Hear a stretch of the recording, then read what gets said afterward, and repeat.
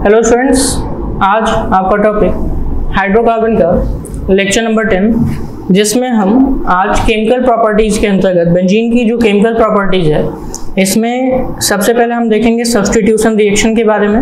जैसा कि इससे पहले के लेक्चर में हमने आपको एडिशन रिएक्शन के बारे में बता दिया था, वो भी किसके लिए, बेंजीन के लिए। अब हम यहाँ पे पढ़ेंगे सब्स्टिट्यूशन रिएक्शन के बारे में। ठीक है, तो जैसा कि आप सभी को मैंने इससे पहले के लेक्चर में बताया था कि सब्स्टिट्यूशन रिएक्शन भी 3 पार्ट्स में बटा हुआ है बेंजीन का। और सबसे पहले यहाँ पे मैं लिख देता हूँ किस रिएक्शन की बात कर रहे हैं केमिकल प्रॉपर्टीज में, वो है सब्स्टिट्यूशन रिएक्शन, जिसमें से मैंने बताया था 3 पार्ट में बटा हुआ है। वो है कौन कौन से, न्यूक्लियोफिलिक सब्स्टिट्यूशन, इलेक्ट्रोफिलिक सब्स्टिट्यूशन और free radical aromatic substitution reaction. ठीक है, तो सबसे पहले हम यहाँ पे पढ़ेंगे वो है न्यूक्लियोफिलिक सब्स्टिट्यूशन के बारे में। ठीक है, न्यूक्लियोफिलिक सब्स्टिट्यूशन के बारे में। न्यूक्लियोफिलिक सब्स्टिट्यूशन रिएक्शन के बारे में हम यहाँ पर देखेंगे। तो जैसा कि आपको पता है कि जो न्यूक्लियोफिलिक सब्स्टिट्यूशन रिएक्शन है वो आपका यूनिमॉलिक्यूलर और बायोमॉलिक्यूलर 2 फॉर्म में चलता है। तो यहाँ पे सबसे पहले हम यूनिमॉलिक्यूलर का देखेंगे, फिर हम बायोमॉलिक्यूलर पे चलेंगे। तो न्यूक्लियोफिलिक सब्स्टिट्यूशन रिएक्शन में सबसे पहले हम न्यूक्लियोफिलिक सब्स्टिट्यूशन रिएक्शन के बारे में पढ़ेंगे। यूनिमॉलिक्यूलर में अगर हम देखें तो mostly uncommon in aromatic substitution, there is only one example which obtained in benzene diazonium dichloride। ठीक है, बेंजीन डाइएजोनियम डाइक्लोराइड, यानी कि ये सिर्फ और सिर्फ बेंजीन डाइएजोनियम और डाइक्लोराइड में देखने को मिलता है। यूनिमॉलिक्यूलर क्या है यहाँ पे अगर हम यूनिमॉलिक्यूलर न्यूक्लियोफिलिक सब्स्टिट्यूशन रिएक्शन की बात करें तो मोस्टली अनकॉमन, ओनली 1 एग्जाम्पल है इसका। ठीक है, ओनली 1 एग्जाम्पल। और ये कौन किस में देखने को मिलता है, benzene in benzene diazonium dichloride, diazonium dichloride में देखने को मिलता है। तो सबसे पहले हम यहाँ पे बेंजीन डाइएजोनियम कैटायन लिखेंगे। जैसा कि आपको पता है बेंजीन के पास N2 और Cl2 लिखा हो तो उसे हम बेंजीन डाइएजोनियम डाइक्लोराइड कहते हैं। तो एरीन, AR लिखने का मतलब एरीन हुआ, और इससे N2 जुड़ा है उस पर प्लस लगा हुआ है तो ये हो गया arene diazonium cation, arene diazonium cation. ठीक है, एरीन डाइएजोनियम कैटायन। इसमें अगर हम देखें तो इसकी रिएक्शन पहले कैसी होगी, स्लो होगी, और स्लो रिएक्शन के दौरान यहाँ पर क्या बनेगा, नाइट्रोजन और एरीन कैटायन का निर्माण होगा। नाइट्रोजन और एरीन कैटायन का निर्माण होगा। अगर हम इसी एरीन कैटायन की फिर से रिएक्शन कराएं, वो भी कैसी रिएक्शन होगी, फास्ट। अब यहाँ पे रिएक्शन कैसी हो जाएगी, फास्ट।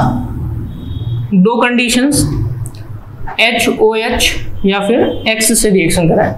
HOH का मतलब वाटर से, या फिर X मतलब यहाँ पे किसी हैलोजन से या रिएक्शन कराते हैं। तो ऐसे समय में AROH यानी कि यहाँ पे क्या बनेगा, फिनॉल बनेगा, या फिर ARX यानी कि यहाँ पे क्या बनेगा, हैलाइड बनेगा, वो भी किसका, एरिल हैलाइड जिसे कहते हैं। ठीक है, तो ये बन गया एरिल हैलाइड। ठीक है, और ये बना आपका फिनॉल।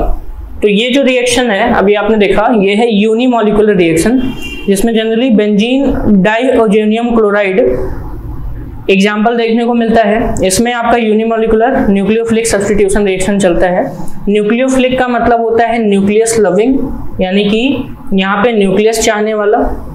तो न्यूक्लियस मतलब जनरली जो पॉजिटिव है, Ar प्लस ये आपका कैसा पॉजिटिव दिख रहा है, और इसको चाहने वाले कौन से HOH और X में, ये आपके क्या है न्यूक्लियोफाइल्स है। तो यहाँ पे अगर देखेंगे तो OH जो जिसपे इलेक्ट्रॉन ज्यादा है उसे न्यूक्लियस चाहिए, तो OH जाकर के किससे जुड़ेगा, इस Ar प्लस यानी कि इलेक्ट्रॉन डिफिशियंट जगह से जुड़ेगा, और यहाँ पे जाकर जुड़ेगा तो ये न्यूक्लियोफिलिक यूनिमॉलिक्यूलर यानी कि फास्ट रिएक्शन के दौरान क्या बनेगा, AROH। और यहाँ पे हैलाइड आप देख रहे हैं, हैलाइड के ऊपर कैसा चार्ज होता है, निगेटिव चार्ज होता है। तो जो हैलाइड है ये अगर जाके यहाँ पे रिएक्शन करेगा तो यानी कि ये आपका कैसा है, न्यूक्लियोफिलिक है। इसको क्या चाहिए, पॉजिटिव क्या चाहिए, डेंसिटी चाहिए, तो पॉजिटिव क्लाउड यहाँ पे मिलेगा और ये जाके एरियल हैलाइड का फॉर्मेशन करेगा। तो ये था न्यूक्लियोफिलिक यूनिमॉलिक्यूलर सब्स्टिट्यूशन रिएक्शन। यहीं पे अगला है वो है बाईमॉलिक्यूलर, ठीक है, बाईमॉलिक्यूलर। यूनिमॉलिक्यूलर ध्यान में रखना है कि स्टार्टिंग यहाँ पे एक मॉलिक्यूल से होगी, लेकिन बाईमॉलिक्यूलर में ध्यान रखना है कि 2 मॉलिक्यूल से स्टार्टिंग होगी। यूनिमॉलिक्यूलर जनरली कितने स्टेप्स में कंप्लीट होते हैं यहाँ पर, वो है आपके 2 स्टेप्स में, स्लो एंड फास्ट। और यहीं पे जो बाईमॉलिक्यूलर है वो सिंगल स्टेप्स में क्या हो जाते हैं, कंप्लीट हो जाते हैं। चलिए देखते हैं। नेक्स्ट है आपका वो है बाईमॉलिक्यूलर। यूनिमॉलिक्यूलर में एक एग्जांपल है जिसको मैंने यहाँ पे दिखा दिया, बेंजीन डाइजोनियम डाइक्लोराइड, उसका कैटायन हमने लिया था जिसे हम एरीन डाइजोनियम कैटायन का नाम देते हैं। नेक्स्ट है यहाँ पे और वो है बाईमॉलिक्यूलर। तो अगर बाईमॉलिक्यूलर की बात करें तो ऐसे समय में सपोज दैट कुछ इस तरीके से रिएक्शन है, बेंजीन है यहाँ पे, मान लो ये बेंजीन रिंग है, डबल बॉन्ड के साथ साथ यहाँ पे जेड ग्रुप जुड़ा हुआ है, ठीक है, और जेड के साथ साथ यहाँ पे एक हमने Y नेगेटिव लाया जो कि एक न्यूक्लियोफाइल है। ये क्या है आपका, न्यूक्लियोफाइल है, और न्यूक्लियोफाइल को पॉजिटिव चाहिए। तो ऐसे समय में जो न्यूक्लियोफाइल है यहाँ पे क्या होगा, ये जो डबल बॉन्ड है शिफ्ट होगा यहाँ पे। जैसे ही डबल बॉन्ड यहाँ पे शिफ्ट होगा, जेड के प्लेस पर जो कार्बन है यहाँ पे पॉजिटिव और यहाँ पे निगेटिव आएगा, तो पॉजिटिव से ये Y माइनस जाकर क्या हो जाएगा, अटैच हो जाएगा, ठीक है। ये क्या होगा, अगला स्टेप देख रहे हैं, Y माइनस था, प्लस है, यहां पर क्या हुआ, यहां पर ये डबल बॉन्ड यहां पे था, ये जेड यहां पे जुड़ा हुआ है, यहां पर पॉजिटिव और यहां पे निगेटिव क्या हुआ, डेवलप होता है। तो पॉजिटिव और निगेटिव जैसे ही डेवलप होगा तो अगले ही स्टेप में यहाँ पे Y जो है ये स्लो रिएक्शन के दौरान, ये कैसा रिएक्शन है, स्लो, तो Y minus attaches at positive carbon atom in ring, यानी कि रिंग में उपस्थित जो पॉजिटिव कार्बन एटम है वहां से क्या करेगा, ये अटैच होगा, और अटैच होने के बाद कुछ इस तरीके से यहाँ बनेगा, इस पे कैसा चार्ज है, नेगेटिव, ये डबल बॉन्ड, और ये यहाँ पे भी डबल बॉन्ड था, ध्यान में रखना है, जो पहले था वही मैंने लिखा है, बस Y माइनस यहाँ पे जाके जुड़ेगा, तो Z पहले से था और इस पे जाकर के कौन जुड़ गया, Y भी जाकर जुड़ जाता है, क्लियर। तो ये बना, इसी के साथ साथ अब यहाँ पे निगेटिव रेजोनेंस में आएगा, और ये फिर अगला इस तरीके से रेजोनेंस में वर्क करेगा। अगले स्टेप में यहाँ पे क्या होगा, यहाँ पे डबल बॉन्ड और यहाँ पे निगेटिव चार्ज आएगा। अब यहाँ पे क्या हो रहा है, रेजोनेशन हो रहा है, यानी कि रेजोनेंस, यहाँ पे निगेटिव आ गया, और ये Y और ये Z पहले से ही वहाँ पे हैं जैसे पहले थे, तो यहाँ निगेटिव था, रेजोनेंस हुआ, यहाँ से भी पाई इलेक्ट्रॉन डीलोकलाइज होगा, तो अब यहाँ पे निगेटिव चार्ज आया और ये डबल बॉन्ड यहाँ पे शिफ्ट हो गया। अगली बार फिर से यही प्रक्रिया होगी, ये यहाँ पे डबल बॉन्ड जाएगा, तो ये जो पाई बॉन्ड है ये शिफ्ट होगा इस कार्बन पे, यानी कि अपने इलेक्ट्रॉन्स को वहां पे देगा, ठीक है। और ऐसे समय में नेक्स्ट जो रेजोनेटिंग स्ट्रक्चर बनेगा वो आपका कुछ इस तरीके से बनेगा। ये बेंजीन रिंग और डबल बॉन्ड यहाँ पे शिफ्ट हो चुका है, ठीक है। डबल बॉन्ड यहाँ पे शिफ्ट हो चुका है, ये डबल बॉन्ड पहले से था। निगेटिव चार्ज जो था वो अब यहाँ पे आएगा, ठीक है। और इसी के साथ साथ ये Y और ये क्या है Z, ये आपका नेक्स्ट रेजोनेटिंग स्ट्रक्चर यहाँ पे बना। इसी के साथ साथ अब अगले स्टेप पे हम जाएंगे तो ये नेगेटिव यहाँ पे शिफ्ट होगा, ठीक है। और जैसे ही नेगेटिव वहाँ पे शिफ्ट होगा, जो Z है वो वहाँ से क्या हो जाएगा, रिमूव हो जाएगा। जो Z है वो क्या हो जाएगा, रिमूव हो जाएगा। तो अगला जो है वो कुछ इस तरीके से है, बेंजीन रिंग। अब देखेंगे तो यहाँ पे डबल बॉन्ड, ठीक है, यहाँ पे डबल बॉन्ड, और ये नेगेटिव जैसे यहाँ शिफ्ट होगा तो यहाँ पे भी डबल बॉन्ड लगेगा और Y जो है जुड़ जाएगा। और किस फॉर्म में, यहाँ पे Z माइनस क्या हो गया, रिमूव हो गया। Z माइनस के फॉर्म में क्या हो जाता है, रिमूव हो जाता है। क्लियर। तो ये था किसका, यहाँ पर बाइमॉलिक्यूलर न्यूक्लियोफिलिक सब्स्टिट्यूशन रिएक्शन। बाइमॉलिक्यूलर में स्टार्टिंग 2 मॉलिक्यूल से हो रही है, ठीक है, इसलिए बाइमॉलिक्यूलर कहते हैं। यूनिमॉलिक्यूलर में सिंगल मॉलिक्यूल से स्टार्टिंग हुई थी, ठीक है। तो यहाँ पे हुआ क्या कि रेजोनेंस स्ट्रक्चर यानी कि रेजोनेटिंग स्ट्रक्चर्स आपको देखने को मिल रहा है, ठीक है। ये आपका क्या है, न्यूक्लियोफाइल है। ये क्या है, न्यूक्लियोफाइल है। न्यूक्लियोफाइल इस रिंग पे पॉजिटिव, जहाँ पे रिंग है कार्बन है वहाँ से जाके रिएक्ट करेगा, स्लो रिएक्शन है। और उसके बाद ये जितनी भी रिएक्शंस हैं वो कैसी हो जाएंगी, यहाँ पर फास्ट रिएक्शंस हो जाती हैं, ठीक है। लास्ट वाला जो रिएक्शन है ये कैसा हो गया, यहाँ पे ये होता है फास्ट रिएक्शन। क्लियर। तो ये था आपका न्यूक्लियोफिलिक सब्स्टिट्यूशन रिएक्शन, वो भी कैसा, बाइमॉलिक्यूलर के फॉर्म में। अगला है इलेक्ट्रोफिलिक सब्स्टिट्यूशन रिएक्शन। नेक्स्ट है न्यूक्लियोफिलिक के बाद अगला है इलेक्ट्रोफिलिक सब्स्टिट्यूशन रिएक्शन। यहाँ पे रेजोनेंस आप बहुत ही ध्यान में रखिएगा, क्योंकि रेजोनेंस के लिए ये ध्यान में रखना है, हमेशा देखिए रेजोनेटिंग स्ट्रक्चर जितना ज़्यादा होगा कंपाउंड उतना ही स्टेबल माना जाता है। अगला है वो है इलेक्ट्रोफिलिक सब्स्टिट्यूशन रिएक्शन। इसके अंतर्गत सेकेंड पार्ट है और वो है electrophilic substitution reaction. Electrophilic substitution reaction जो है वो सबसे इंपॉर्टेंट रिएक्शन है बेंजीन का।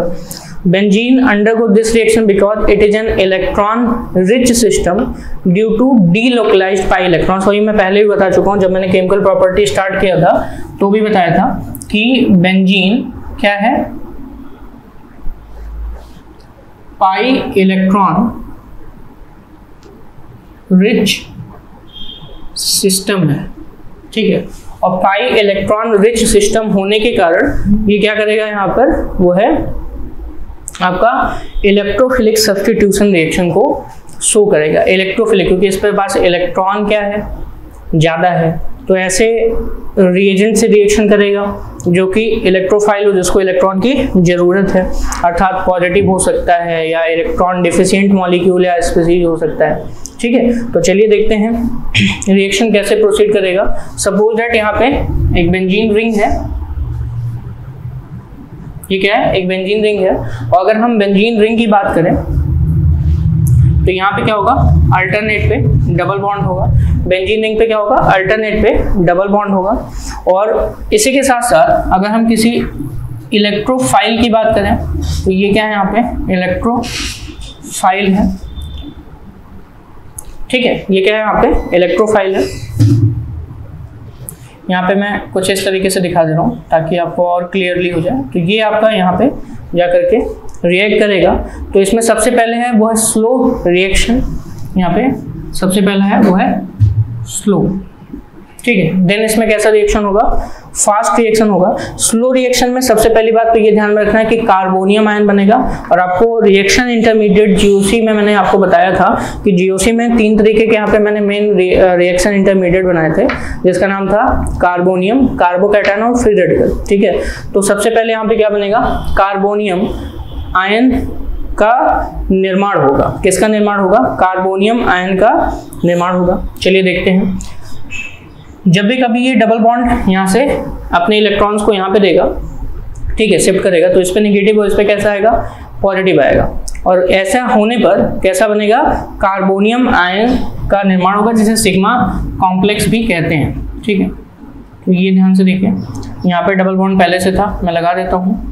यहाँ भी डबल बॉन्ड पहले से था, डिलोकलाइज पाई बॉन्ड जो था वो पहले से था, मैंने लगा दिया।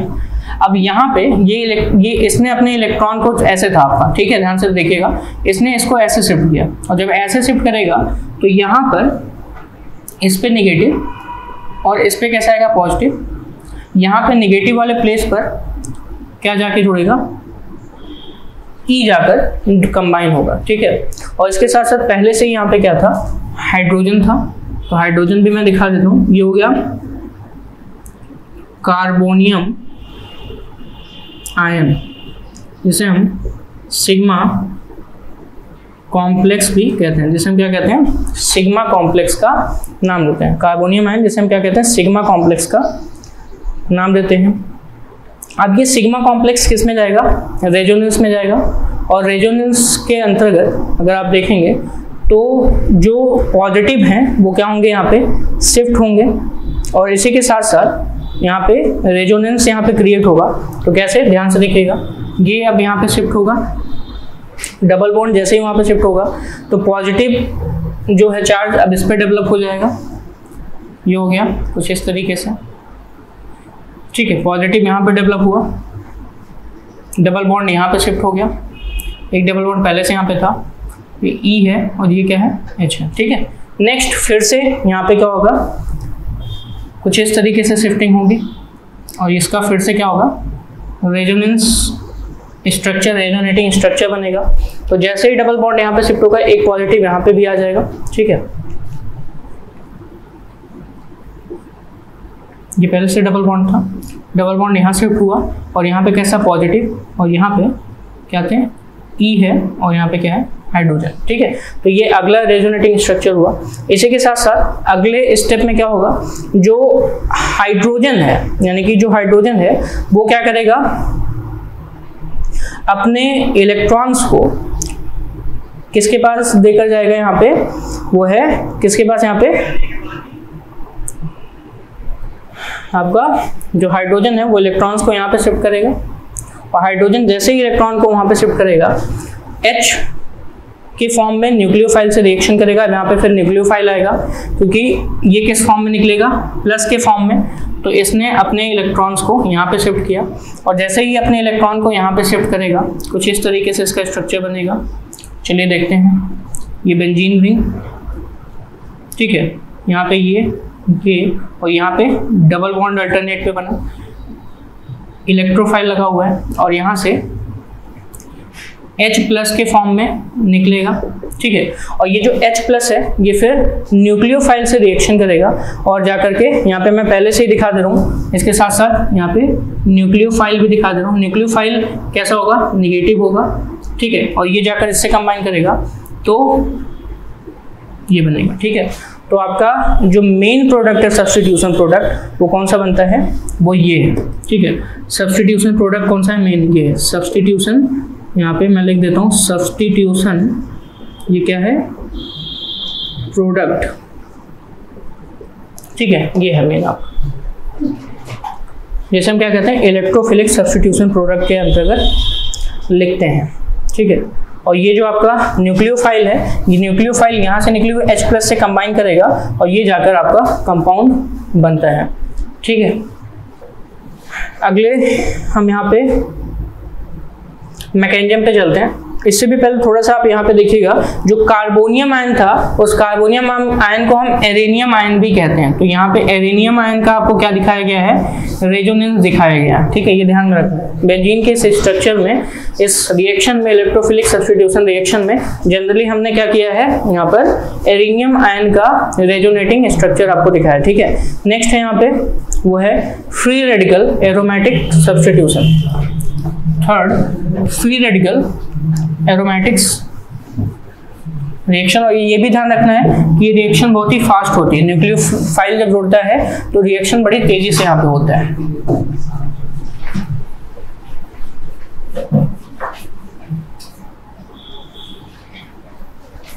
अगला है वो है फ्री रेडिकल एरोमेटिक सब्स्टिट्यूशन।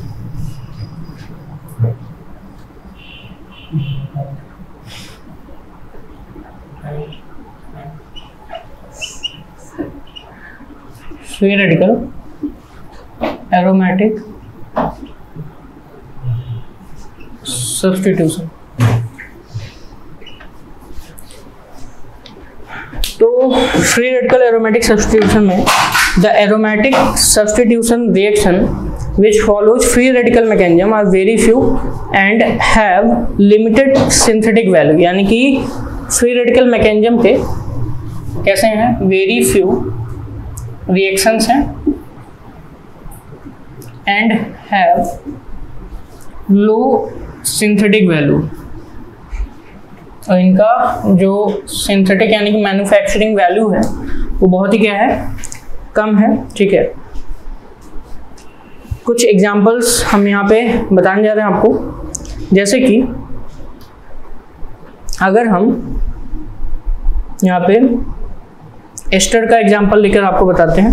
ठीक है, CH3 का होल थ्रेस COOC CH3 का होल थ्रेस। ठीक है, इसको हम क्या करते हैं, अगर हीट करते हैं, ठीक है, तो इसको हीट करने पर आपको यहाँ पे CH3 का होल थ्रेस CO ये आपके दो मॉलिक्यूल मिलेंगे जो कि क्या है, फ्री रेडिकल्स।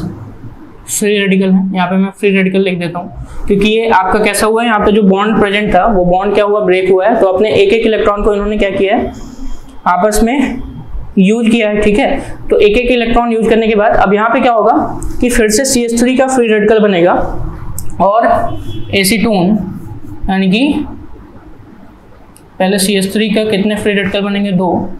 और इसी के साथ साथ अगले रिएक्शन की बात कर रहा हूँ, CH3CO CH3 के कितने मॉलिक्यूल्स, 2 मॉलिक्यूल्स बनेंगे। ठीक है, तो ये था आपका किसके लिए, फ्री रेडिकल एरोमेटिक सब्स्टिट्यूशन, जो कि मैंने अभी इसमें बताया। इसी के साथ साथ जो CH3 आपको यहाँ से मिला है, ठीक है, वो किसी बेंजीन डेरिवेटिव से रिएक्शन करता है मान लेते हैं। ठीक है, चलिए बेंजीन डेरिवेटिव से रिएक्शन कराते हैं। ये मान लो आपके पास क्या है, बेंजीन है और उसका कोई डेरिवेटिव यानी कि यहाँ पे हैलोजन लगा दिए। अब यहाँ पे हैलोजन के अलावा कोई भी ग्रुप भी हो सकता है, हैलोजन ही नहीं बाकी कोई भी और भी हो सकता है। जैसे X की जगह Cl है, ठीक है, OCH3 है, NO2 है, CH3 है। मैं यहाँ पे लिख देता हूँ, X की जगह Cl हो सकता है, OCH3 हो सकता है, ठीक है। इसी के साथ साथ NO2 हो सकता है, ठीक है, CH3 हो सकता है, एटसेट्रा। CH3 क्या है, मेथाइल ग्रुप है, ये क्लोराइड ग्रुप है, ठीक है। CH3O ये मेथॉक्सी ग्रुप है, यहाँ पे NO2 नाइट्रो ग्रुप है। तो ये ग्रुप आपका यहाँ पे कोई भी हो सकता है। और इसका अगर हम यहाँ पे जो मिला है CH3 फ्री रेडिकल, लास्ट में आप देख रहे हैं फ्री रेडिकल आपको मिलता है। तो इससे अगर हम क्या कराते हैं, रिएक्शन कराते हैं, तो जो फ्री रेडिकल है वो यहाँ पे जाकर कंबाइन होगा, किसी भी एक डबल बॉन्ड की जगह जाके क्या होगा, कंबाइन होगा। और ऐसे समय फ्री रेडिकल मैकेनिज्म में ये जो है शिफ्टिंग होता रहता है, ठीक है। तो इस तरीके से यहाँ पे शिफ्टिंग होगा, ध्यान से देखिएगा। यहाँ पे पहले से X था, मान लेते हैं यहाँ पर इस कार्बन पे जाके जुड़ता है, तो पहले से यहाँ पे हाइड्रोजन है और यहाँ पे जाके CH3 जुड़ता है, ठीक है। तो ये पहले से यहाँ पे हाइड्रोजन था और यहाँ पे जाके CH3 जुड़ा, ठीक। और कुछ इस तरीके से हमने दिखा दिया, इसको दिखाने का मतलब फ्री रेडिकल मैकेनिज्म में दिखाया जाता है जनरली, ठीक है। इसे हम आर्थो पोजीशन कह सकते हैं, ठीक है। आर्थो पोजीशन पर हमने क्या लगा दिया, CH3 लगा दिया, ये आर्थो पोजीशन पे लगा दिया। सेम ऐसे अगला है, या फिर इसको हम अगले स्टेप में कुछ दूसरे तरीके से भी कर सकते हैं, ठीक है। यानी कि तीनों तरीके का कॉम्बिनेशन यहाँ पे मिलेगा, और वो ये है।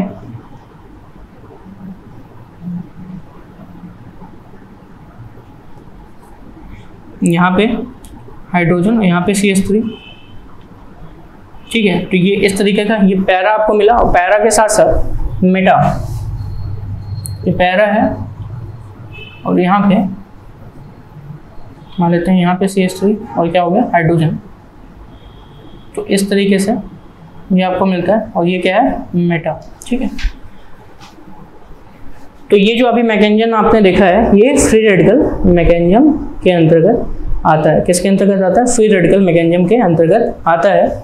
और ऐसे समय में जो मेन प्रोडक्ट बनेगा वो क्या बनेगा, आर्थो, मेटा, पैरा, इन तीनों की बात करें तो यहाँ से जो मेन प्रोडक्ट बनेगा हाइड्रोजन क्या हो जाएगा, रिमूव हो जाएगा। हाइड्रोजन वहाँ से क्या हो जाएगा, रिमूव हो जाएगा, और कुछ इस तरीके से बन जाएगा। यहाँ पर भी अगर हम पैरा की बात करें तो पैरा से हाइड्रोजन, पैरा पोजीशन से हाइड्रोजन रिमूव हो जाएगा। और यहाँ पे अगर हम मेटा की बात करें तो मेटा पोजीशन से क्या हो जाएगा, हाइड्रोजन रिमूव हो जाएगा, ठीक है। तो ये इस तरीके से आपका कंपाउंड बनता है। ये मैकेनिज्म किसका है, अगर देखा जाए तो free radical aromatic substitution reaction का मैकेनिज्म हमने बताया है, ठीक है। द मैकेनिज्म ऑफ नेक्स्ट है the mechanism of chlorination of benzene at high temperature similar to that of free radical aliphatic substitution. अभी जो आपने पढ़ा वो फ्री रेडिकल एलिफैटिक सब्स्टिट्यूशन था, यानी कि CH3 जोड़ रहा था तो फ्री रेडिकल एलिफैटिक सब्स्टिट्यूशन था, ठीक है। और ऐसे ही हम अगला बताने जा रहे हैं आपको, वो है आपका क्लोरीनेशन ऑफ बेंजीन। ये भी एक प्रकार का फ्री रेडिकल मैकेनिज्म है, और उसको भी आप इसी तरीके से समझिएगा। जैसे कि अभी मैंने यहाँ पे बताया था Cl हम यूज कर सकते हैं, तो बेंजीन का जो क्लोरीनेशन है वो कैसा है, फ्री रेडिकल मैकेनिज्म के अंतर्गत। तो पहले हमें क्लोरीन फ्री रेडिकल चाहिए होगा, ठीक है। इससे पहले जो हमने बताया वो फ्री रेडिकल एलिफैटिक सब्स्टिट्यूशन था, ध्यान से सुनिएगा, फ्री रेडिकल एलिफैटिक सब्स्टिट्यूशन जो इससे पहले हमने बताया, ठीक है। और इसमें जो जनरली हमने फ्री रेडिकल लिया था वो CH3 फ्री रेडिकल था जो कि एलिफैटिक होता है, ठीक है। नेक्स्ट है आपका वो है क्लोरीनेशन ऑफ बेंजीन।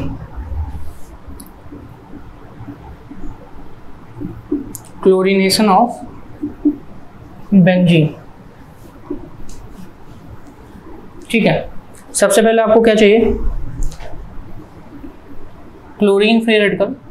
तो इसके लिए Cl2 है, ये होमोलिटिक फिजन करेगा, और होमोलिटिक फिजन हमने आपको बताया GOC के अंतर्गत जब भी कभी मान लेते हैं A है और A है, इनके बीच जब भी कभी बॉन्ड ब्रेक होगा तो ऐसे समय में अपने अपने इलेक्ट्रॉन्स को लेकर के ये क्या हो जाते हैं, दूर हो जाते हैं, सेपरेट हो जाते हैं, और ये होता है होमोलिटिक फिजन। और होमोलिटिक फिजन के थ्रू फ्री रेडिकल बनता है, ठीक है। जैसे हम मुक्त मूलक कहते हैं, तो यहाँ पे फ्री रेडिकल बना जी, इसको हम क्या कहते हैं, क्लोरीन फ्री रेडिकल का नाम देते हैं। और यही आपका चेन इनिशिएशन स्टेप होता है, ठीक है, चेन इनिशिएशन यहाँ पे होता है। अब ये जो आपका Cl फ्री रेडिकल है ये बेंजीन से रिएक्शन करेगा। Cl फ्री रेडिकल किससे रिएक्शन करेगा, बेंजीन से रिएक्शन करेगा, और यहाँ पे C6H5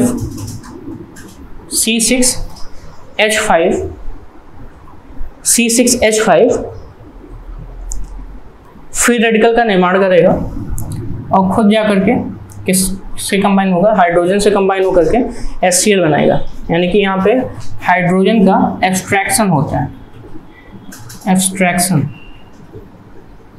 ठीक है। अब ये जो फ्री रेडिकल है ये आपका दूसरे Cl2 मॉलिक्यूल से रिएक्शन करेगा, और वहाँ पर जाकर C6H5Cl बनाएगा, और फिर से C6H5Cl बनेगा, और फिर से क्लोरीन फ्री रेडिकल मिलेगा। ये हो गया चेन प्रोपेगेशन। अगर यही रिएक्शन कंटिन्यू होती रहे तो ऐसे समय में चेन बढ़ता रहेगा और तब तक बढ़ता रहेगा जब तक सभी के सभी हाइड्रोजन यहाँ से रिमूव ना हो जाएं। ठीक है, सभी हाइड्रोजन क्या ना हो जाए, सब्स्टिट्यूट ना हो जाए बाय क्लोरीन। ठीक है, तो ये 3 स्टेप्स मैंने यहाँ पे दिखाया है, वो भी किसके लिए हैं, हैलोजिनेशन या क्लोरीनेशन ऑफ यहाँ पे किसका है, बेंजीन का, वो भी किस पे, हाई टेम्परेचर पे। और ये भी कैसा है, aromatic free radical substitution reaction के अंतर्गत आता है। नेक्स्ट है आपका ऑक्सीडेशन रिएक्शन। ठीक है, तो सब्स्टिट्यूशन रिएक्शन हो गया, एडिशन रिएक्शन हो गया, और अब हम बात करेंगे वो है ऑक्सीडेशन रिएक्शन के बारे में।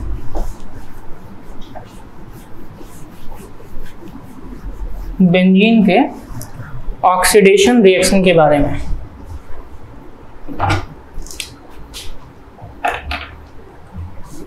थर्ड है ऑक्सीडेशन रिएक्शन। तो जब भी कभी हम बेंजीन के ऑक्सीडेशन रिएक्शन की बात करेंगे तो इससे हमको क्या मिलता है, कार्बन डाइऑक्साइड और वाटर का यहाँ पे फॉर्मेशन होता है by the oxidation of benzene. अगर देखें तो कार्बन डाइऑक्साइड और वाटर, और साथ ही साथ यहाँ पे डेल्टा एच यानी कि जो एंथैल्पी है वो हमें पॉजिटिव मिलती है। ठीक है, इसका मतलब एंडोथर्मिक रिएक्शन के अंतर्गत यहाँ पे होगा। तो चलिए देखते हैं, 2C6H6 यानी कि बेंजीन के कितने मॉलिक्यूल्स यहाँ पे, 2 मॉलिक्यूल्स, और 15 मॉलिक्यूल ऑक्सीजन से रिएक्शन कराते हैं। तो ऐसे समय 12 मॉलिक्यूल किसका बनता है, CO2 का, और 12 मॉलिक्यूल CO2 के साथ साथ 6 मॉलिक्यूल किसके बनते हैं, वाटर के। और इसी के साथ साथ जो डेल्टा H की वैल्यू है वो है 6530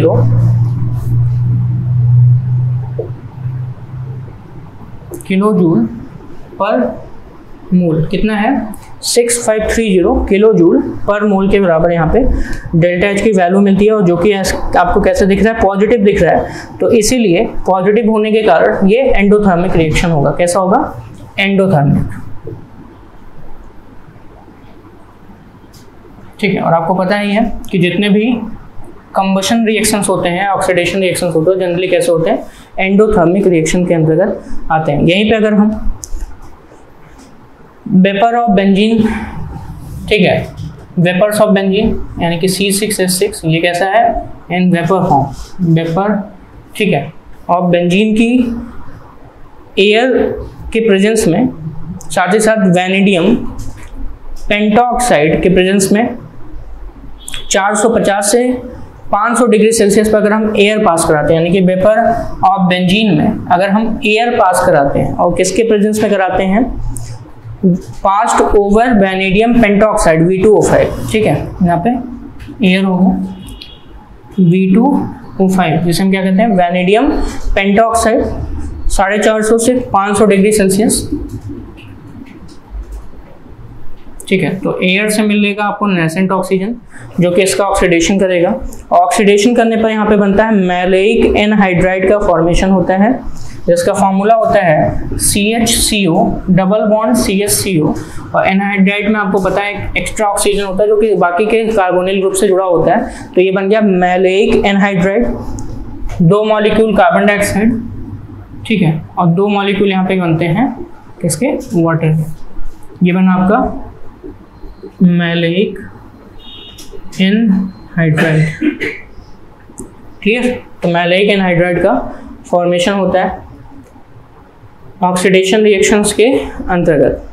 ठीक है, strong oxidizing agents convert benzene slowly into carbon dioxide and water on heating, यानी कि जो मैंने अभी पहले बताया था उसमें अगर हम स्ट्रॉन्ग ऑक्सीडाइजिंग एजेंट का यहाँ पे यूज करें तो कार्बन डाइऑक्साइड और वाटर बना था। ठीक है, जनरली डायरेक्ट था। अगर हम यहाँ पे स्ट्रॉन्ग ऑक्सीडाइजिंग एजेंट का यूज करें तो जनरली CO2 और H2O में धीरे धीरे क्या करेगा, कन्वर्ट करेगा। नेक्स्ट है वो है रिडक्शन रिएक्शन। ऑक्सीडेशन पढ़ा आपने, तो अगला एक और रिएक्शन है जिसे हम कहते हैं रिडक्शन रिएक्शन।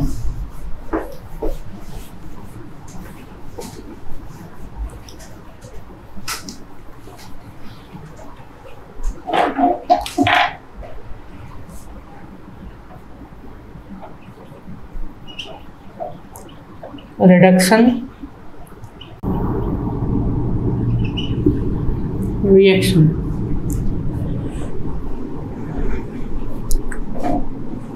बेंजीन का हाइड्रोजन आयोडाइड से रिएक्शन कराने पर इसका रिडक्शन होता है, साइक्लोहेक्सेन का निर्माण होता है और साथ ही साथ मिथाइल साइक्लोपेंटेन और आयोडीन मॉलिक्यूल्स का निर्माण होता है। ठीक है, यानी कि रिडक्शन अगर हम बेंजीन का कराएं in presence of hydrogen iodide,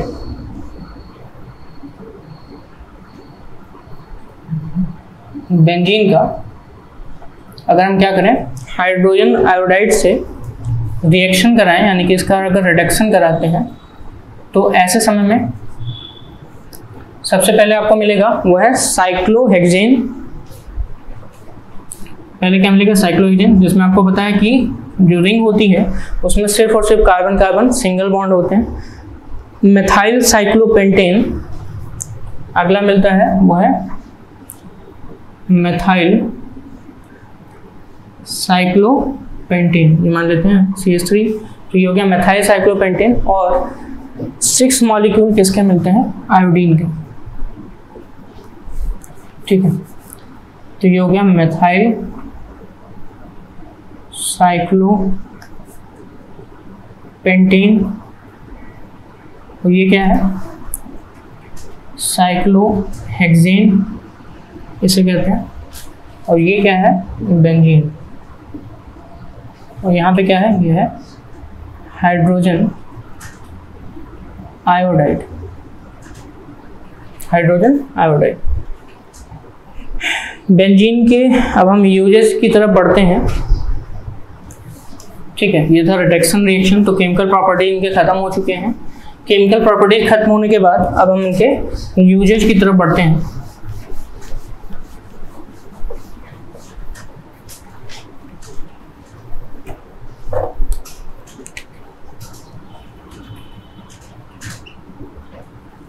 सबसे पहला है वो है इन ड्राई क्लीनिंग।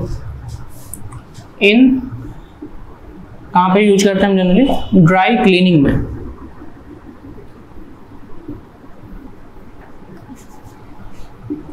नेक्स्ट है बेंजीन के यूज, सबसे पहला है in dry cleaning as a motor fuel when mixed with petrol, as a motor fuel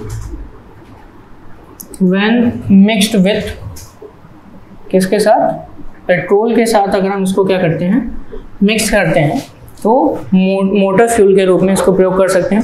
as a solvent, जैसा कि मैं पहले बता चुका हूँ कि ये गुड सॉल्वेंट कितना काम करता है, रेजिन्स और बाकी चीज़ें इसमें क्या हो जाती हैं डिजॉल्व हो जाती हैं एज अ सॉल्वेंट। सॉल्वेंट के अलावा यहाँ पर in the manufacture of gammexane as insecticide, मैंने बताया था C6H6Cl6 जो है वो गैमेक्सीन है। ठीक है, जैसे हम क्या करते हैं हेक्साक्लोरोसाइक्लोहेक्सेन का नाम देते हैं, तो इन द मैन्युफैक्चर ऑफ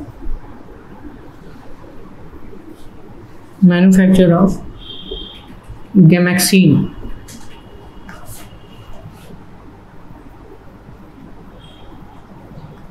ठीक है, ये क्या है आपका इंसेक्टिसाइड है। और ये जो रिएक्शन गैमेक्सीन का था ये बहुत ही इंपॉर्टेंट है, ये ध्यान में रखिएगा।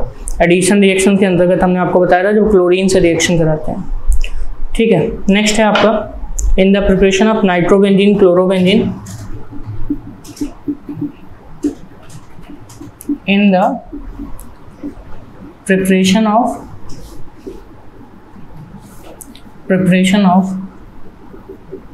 नाइट्रोबेंजीन क्लोरोबेंजीन,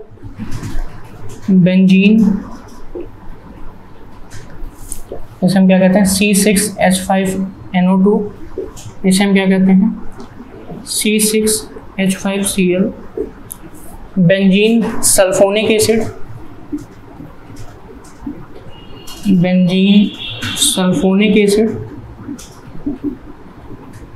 जिसे हम क्या कहते हैं C6H5SO3H, ये हो गया benzene sulphonic acids, aniline, styrene etcetera, aniline, styrene etcetera, इन सभी के निर्माण में हम जनरली क्या करते हैं बेंजीन का यूज करते हैं। ठीक है, और इन सभी जितने भी बेंजीन डेरिवेटिव्स हैं इनका हम उपयोग कहाँ पर करते हैं? डाइज बनाने में, ड्रग्स बनाने में, insecticides, in making of dyes, drugs etcetera, insecticides etcetera. ठीक है, तो ये था बेंजीन के यूजेज के बारे में। ठीक है, इसके आगे का जो टॉपिक है हम आपको नेक्स्ट वीडियो में देंगे। Thank you so much.